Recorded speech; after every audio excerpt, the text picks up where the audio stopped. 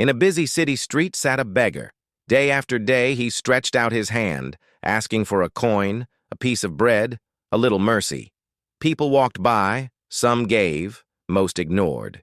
And in his heart, the beggar felt smaller and smaller. One evening, an old wise man stopped. He looked at the beggar and asked, "Son, you spend your life asking, but tell me, have you ever given?" The beggar laughed bitterly. "Given? I have nothing. How can a man with nothing give?" The old man smiled gently. "You're wrong. To give, you don't need riches. You only need a heart." That night, the beggar could not sleep. The words echoed in his mind.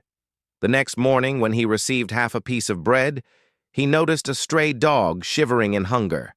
For the first time, instead of keeping it all, he broke the bread in two and shared.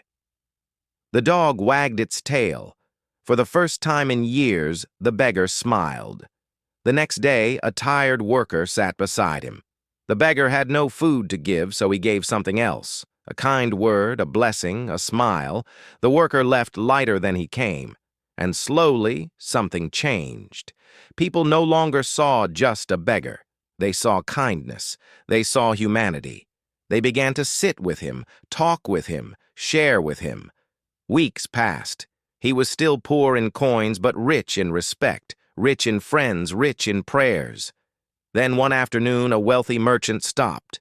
He had seen the beggar many times, and this time he said, "You have taught me something money never could, that true wealth is not what we keep, but what we give. I want you to work with me, not as a beggar, but as a man of dignity."